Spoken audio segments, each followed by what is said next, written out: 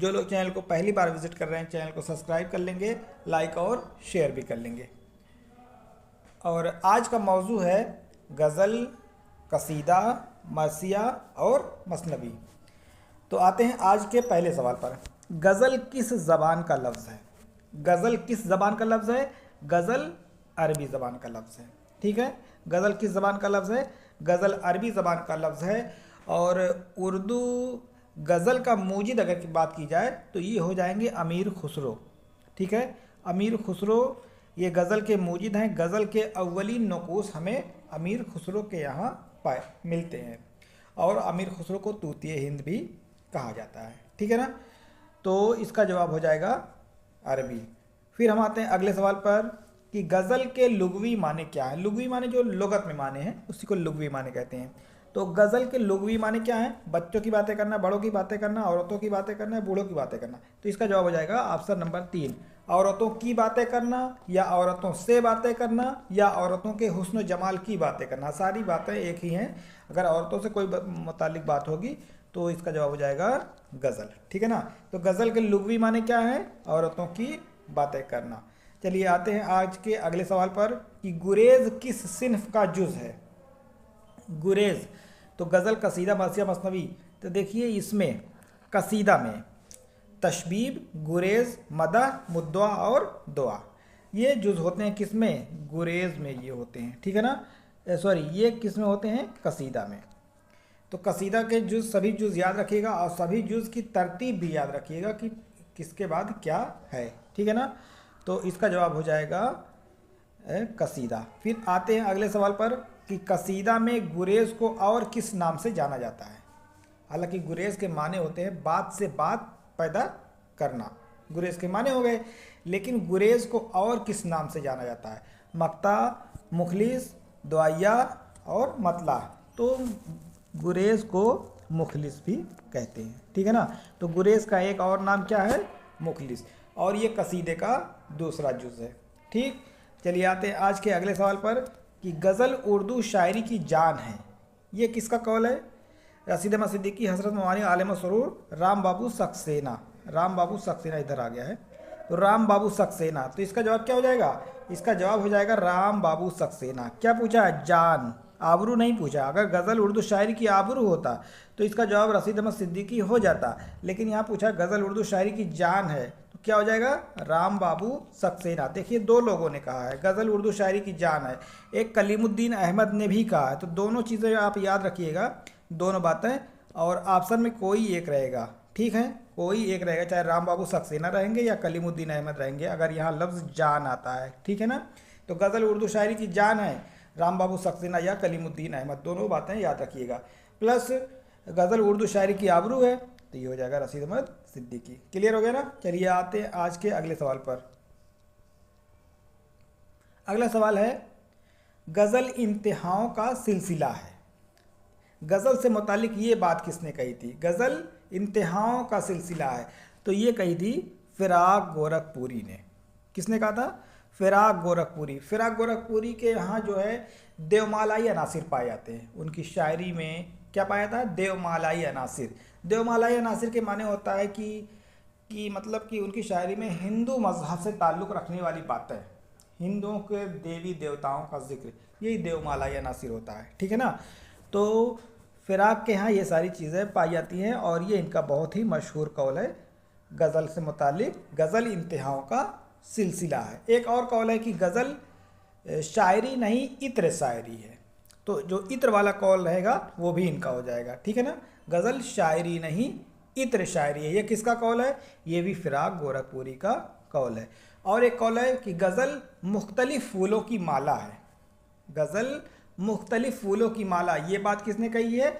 ये बात भी फ़िराक गोरखपुरी ने कही है। ठीक है ना, मुख्तलिफ़ फूलों का मतलब, मुख्तलिफ़ फूलों की माला के माने क्या होता है? मान लीजिए कोई माला है जो पहनी जाती है गले में। ठीक है ना, इसमें मुख्तलिफ़ किस्म के फूल हैं, जैसे कोई गुलाब का है, कोई चंपा का है, कोई चमेली का है, मतलब कि सब अलग अलग तरीके के फूल हैं ला करके इसमें गुथ दिए गए हैं। ठीक, जैसे गज़ल होता है ना, गज़ल का हर शेर जुदा गाना होता है और एक शेर का दूसरे शेर से कोई मतलब नहीं होता है। इस शेर का मौजू अलग है, फिर इसका मौजू अलग है, फिर इसका मौजू अलग है, फिर इसका मौजू अलग है। यानी इस कह सकते हैं कि ये फूल अलग है, ये फूल अलग है, ये फूल अलग है, इस तरीके से हर फूल अलग है। तो उसी पर इन्होंने कहा कि गज़ल मुख्तलिफ फूलों की माला है, मुख्तलिफ है अलग अलग। तो ये गज़ल से मुतालिक बातें कही है फिराक गोरखपुरी ने। तो तीनों कौल याद रखिएगा, एक फूलों की माला वाला, एक इत्र वाला और एक इंतहाओं का सिलसिला। ये किसका है? फिराक गोरखपुरी। चलिए आते हैं अगले सवाल पर। गज़ल का वो शेर जिसमें शायर अपना मुख्तसर नाम इस्तेमाल करता है उसे क्या कहते हैं? गज़ल का जो लास्ट शेर होता है उसमें शायर जो है अपना नाम इस्तेमाल करता है। मान लीजिए गालिब है ना, गालिब, गालिब क्या है? गालिब उनका तखल्लुस है ना। तो मतलब कि शायरी में ऐसे कह सकते हैं कि शायरी में इस्तेमाल किए जाने वाला शायर का मुख्तसर नाम क्या कहलाता है? उसको कहा जाता है तखल्लुस, और वो होता है मक्ता में। ठीक है ना। तो गज़ल का वो शेर जिसमें शायर अपना मुख्तसर नाम इस्तेमाल करता है उसको क्या कहेंगे? उसको मक्ता कहेंगे। और उस नाम को जो मुख्तसर नाम रहेगा उसको कहेंगे तखल्लुस। ठीक है ना। हालांकि देखिए मिर्ज़ा असदुल्ला खां नाम है, लेकिन शायरी में उनका जो तखल्लुस है वो गालिब है। क्लियर हो गया ना। आते हैं अगले सवाल पर कि गज़ल के सबसे अच्छे शेर को क्या कहते हैं? जैसे गज़ल है कोई, उसमें बहुत सारे शेर होते हैं, तो कोई एक शेर बहुत अच्छा होता है उसमें से कोई, लेकिन कोई ज़रूरी नहीं कि हर गज़ल में कोई ना कोई शेर अच्छा ही हो। लेकिन कोई कोई गज़ल होती है उसमें एक आध शेर बहुत ज़्यादा मशहूर हो जाता है, वो ज़रबुल मसल बन जाता है, लोग उस शेर से मिसाल देने लगते हैं। जैसे मान लीजिए इनका शेर है कि मोमिन का एक शेर है ना कि तुम मेरे पास होते हो गोया जब कोई दूसरा नहीं होता। तो ये बहुत मशहूर शेर है। तो ये कह सकते हैं कि ये शेर उनकी गज़ल का बैतुल गज़ल है। ठीक है ना। यानी गज़ल के सबसे अच्छे शेर को क्या कहते हैं? बैतुल गज़ल कहेंगे, या उसको एक और नाम से जाना जाता है हासिल गज़ल कहेंगे, या उसको एक और नाम से जाना जाता है शाह गज़ल कहेंगे। ठीक है ना। तो ये तीनों चीज़ें आप याद रखिएगा। गज़ल का जो सबसे अच्छा शेर होता है बैतुल गज़ल या हासिल गज़ल या शाह गज़ल। हो सकता है कि ऑप्शन में बैतुल गज़ल ना हो, हासिल गज़ल हो, या हासिल गज़ल ना हो, शाह गज़ल हो, तो कोई भी एक ऑप्शन में रहेगा। क्लियर हो गया ना। तो गज़ल के सबसे अच्छे शेर को क्या कहते हैं? बैतुल गज़ल, हासिल गज़ल या शाह गज़ल, तीनों में से कोई एक। चलिए आते हैं अगले सवाल पर। अगला सवाल है गज़ल नकाब पोश आर्ट और चावल पर कुलवल्ला लिखने का फ़न है, ये कौल किसका है? तो गज़ल से मुतालिक ये कौल है आल अहमद सुरूर का। किसका है? आल अहमद सुरूर। गज़ल नकाब पोश आर्ट यानी हर चीज़ को जो है रमज़ के नाये में बयान करना, इशारे में बयान कर देना, छुपे हुए तौर पर बयान कर देना। छुपे हुए मतलब नकाब पोश, नकाब पोश समझ में आ गया ना। तो गज़ल एक नकाब पोश आर्ट और चावल पर कुलवल्ला लिखने का फ़न है। चावल पर मतलब क्या होता है? जैसे चावल मान लीजिए वो छोटा होता है और उस पर बहुत बड़ी आयत उस पर लिख दी जाए छोटे पे, तो यही गज़ल होता है। मतलब कि गज़ल के दो मिसरे में या एक शेर में बहुत बड़ी बात इसमें कह दी जाती है। समझ आ रहा है ना। जैसे गज़ल का ये एक मिसरा ये हो गया, एक मिसरा हो गया, यानी एक शेर हो गया। तो एक शेर में बहुत बड़ी बात कह दी जाती है, तो यानी छोटे में बड़ी बात कह दी जाए। चावल पर पूरा कुल हुवल्लाहु अहद अल्लाहु समद पूरा लिख दिया जाए, पूरी आयत लिख दी जाए। तो ये एक बात कही है आल अहमद सुरूर ने गज़ल से मुताल्लिक। तो गज़ल नकाब पोश आर्ट और चावल पर कुल हुवल्लाह लिखने का फ़न है, ये किसने कहा है? आल अहमद सुरूर ने कहा। इसके अलावा आल अहमद सुरूर का गज़ल से मुताल्लिक एक और कौल है कि गज़ल बड़ी काफिर सिन्फ है। क्या है? गज़ल बड़ी काफिर सिन्फ है। तो जब काफिर वाला लफ्ज़ आ जाएगा तो आप तुरंत जान जाइए कि जो है ये आल अहमद सुरूर का है। ठीक है ना। और इसी तरीके से थोड़ा मिलता जुलता एक और कौल है कि गज़ल नीम वहसी सिन्फ सुखन है। तो ये किसने कहा था? जब नीम वहसी हो जाएगा तो हो जाएंगे कलीमुद्दीन अहमद। क्लियर हो गया ना। चलिए आगे आते हैं अगले सवाल पर। जदीद गज़ल के अनासिर अरबा में कौन शामिल नहीं है?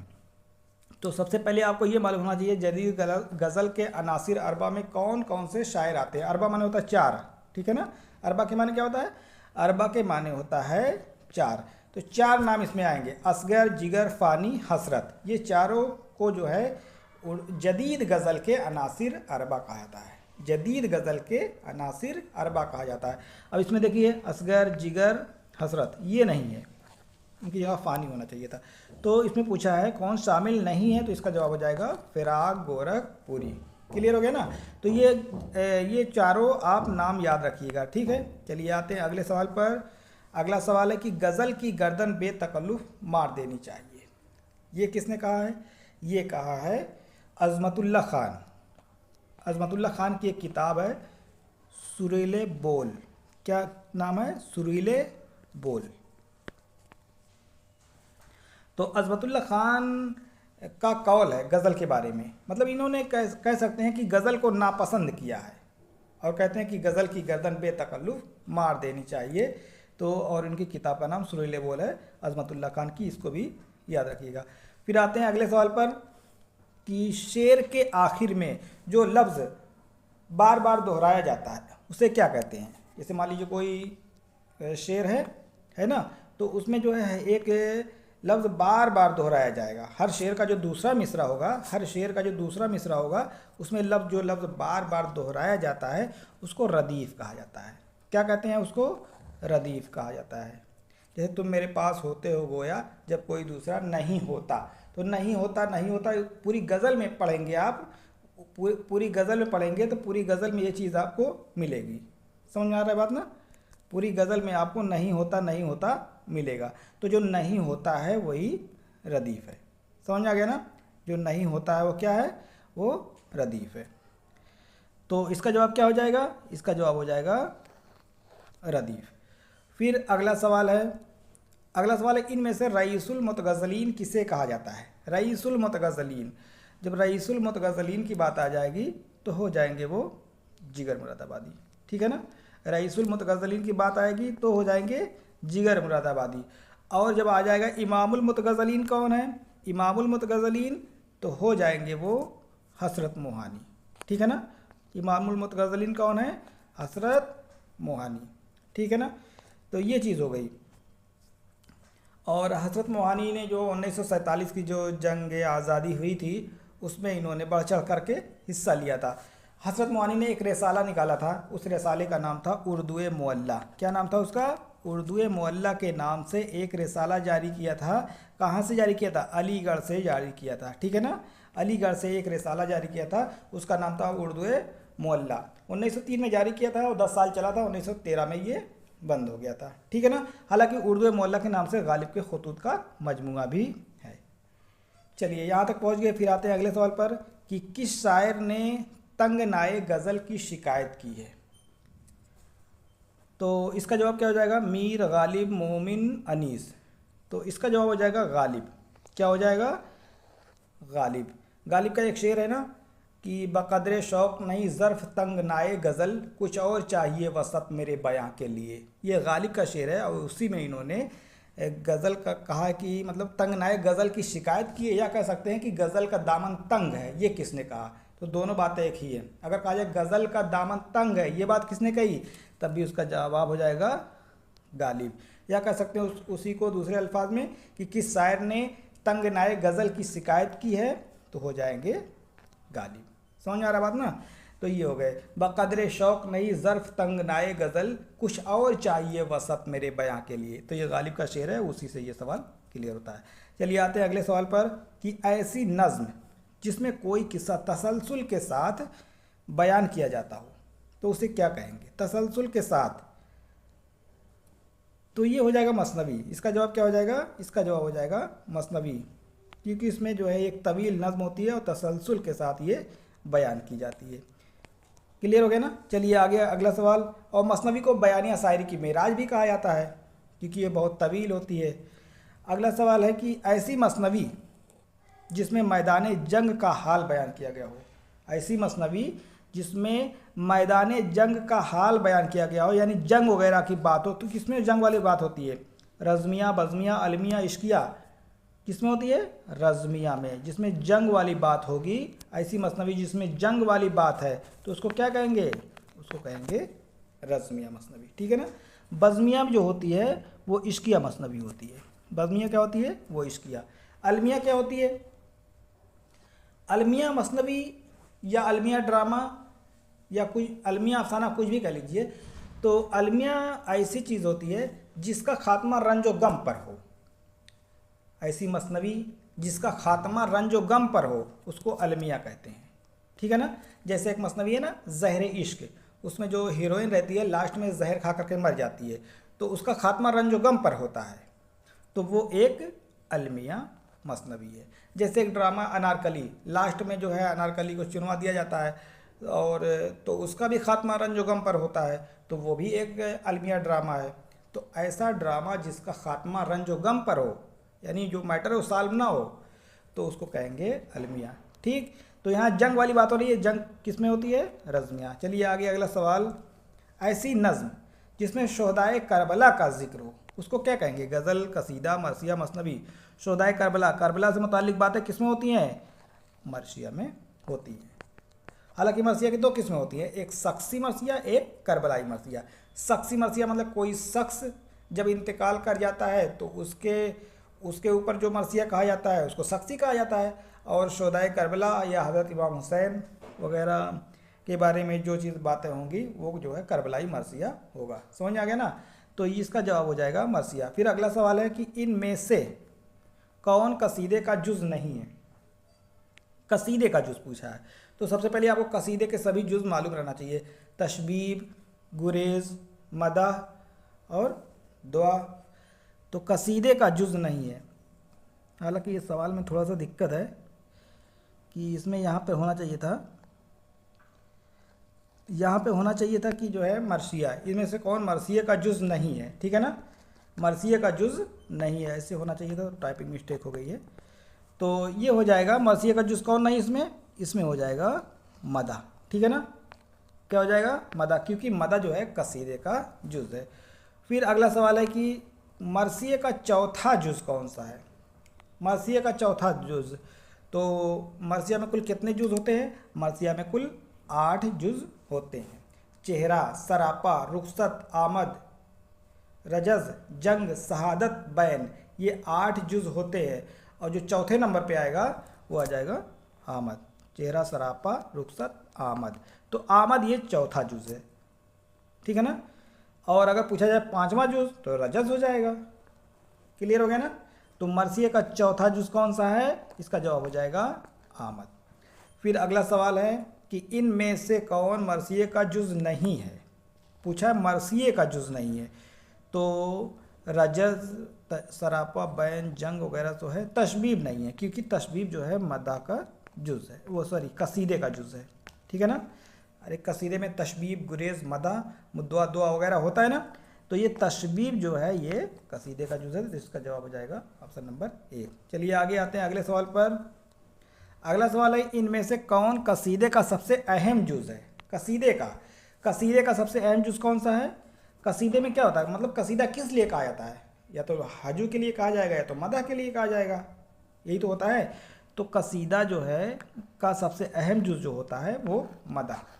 ठीक, अगर पूछा जाए मरसिया का सबसे अहम जुज़ कौन सा है, तो मरसिया किस लिए कहा जाता है? रोने रुलाने के लिए कहा जाता है, तो उसका जो आखिरी वाला जुज़ होता है बैन, जिसमें रोने रुलाने वाली बातें होती है, तो मरसिया का सबसे आखिरी जुज़ जो होगा वो बैन होगा और वो सबसे अहम जुज़ है।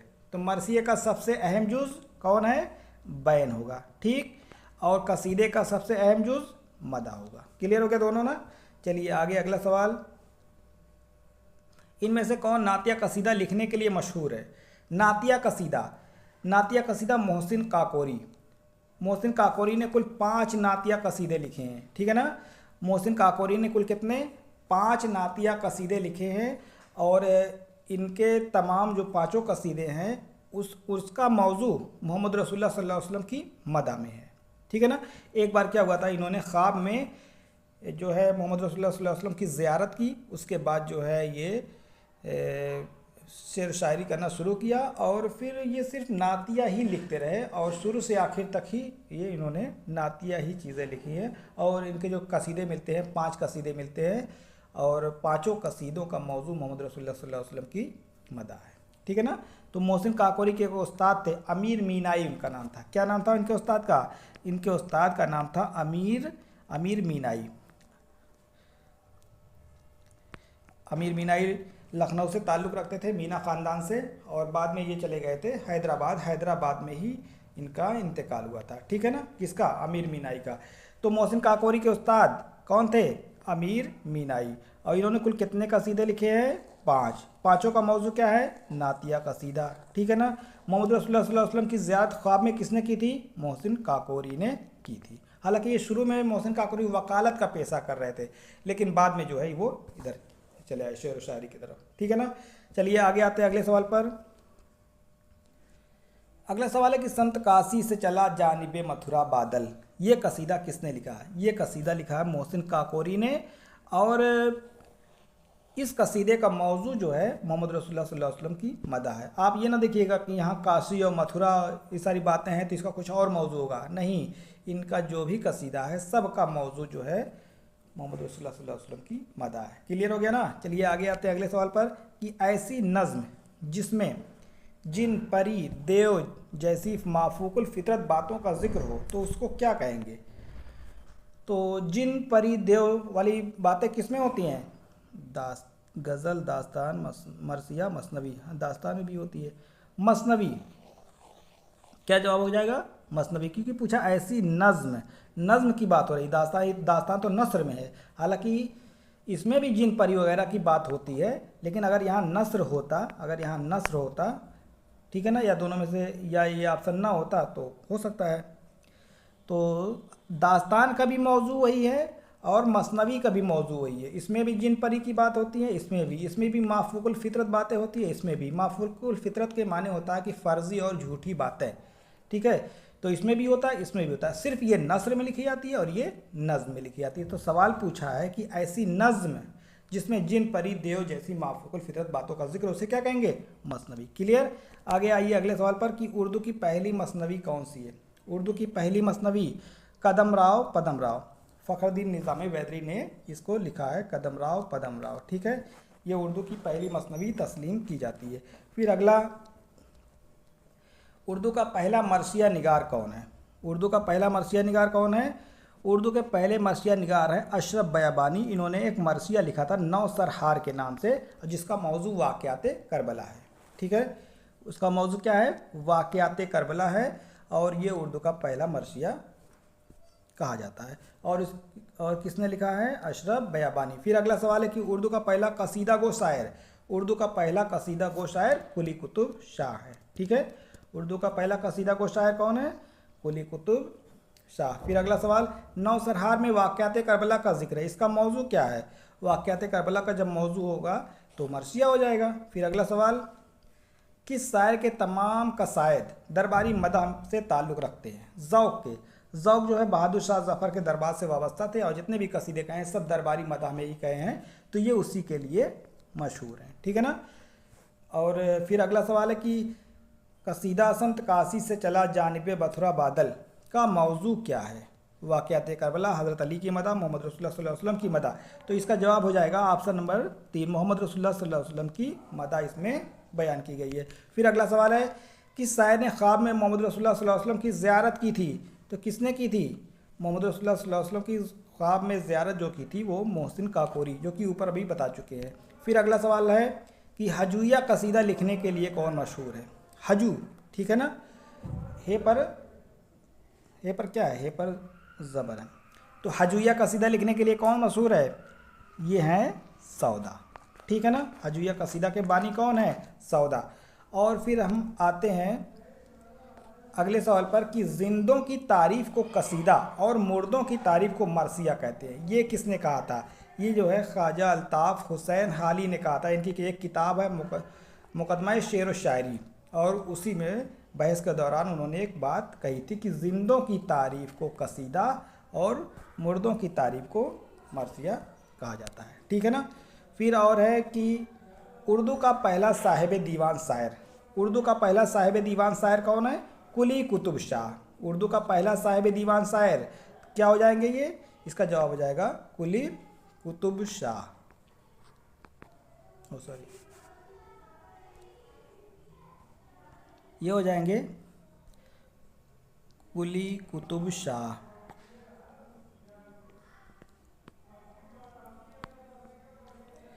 ठीक है। इसके अलावा जो है गालिब ने जो मुकदमा शेर व शायरी लिखी है और उसमें उन्होंने गज़ल, कसीदा, मरसिया, मसनवी चारों के बारे में जो बातें बताई हैं वो भी सुन लीजिए। गज़ल को कहते हैं कि गज़ल बेवक्त की रागनी है। गज़ल को क्या कहा है? गज़ल को कहा है कि बेवक्त की रागनी है। इसको याद रख लीजिएगा कि गज़ल को बेवक्त की रागनी किसने कहा है? ये कहा है ये कहा है अल्ताफ़ हुसैन हाली ने। फिर जो है कसीदा कहते हैं कि मुझे जो है ये जो है कसीदा खुशामद से लबरेज नज़र आता है। तो कसीदों को खुशामद किसने कहा? तो वो जो है इन्होंने कहा, अल्ताफ़ हुसैन हाली ने कहा। ठीक है, तो ये गज़ल हो गया, कसीदा हो गया। मरसिया में कहते हैं कि मरसिया के ज़रिए अखलाकियात की बेहतरीन तालीम दी जा सकती है। ये किसका कौल है? ये अल्ताफ़ हुसैन हाली का कौल है मरसिया के लिए। फिर जो है मसनवी को कहते हैं कि मसनवी सबसे ज़्यादा कारआमद सिंफ सुखन है। तो ये मसनवी के बारे में, मसनवी वाला बहुत ही इंपॉर्टेंट है और गज़ल वाला बहुत इंपॉर्टेंट है, दोनों याद रखिएगा।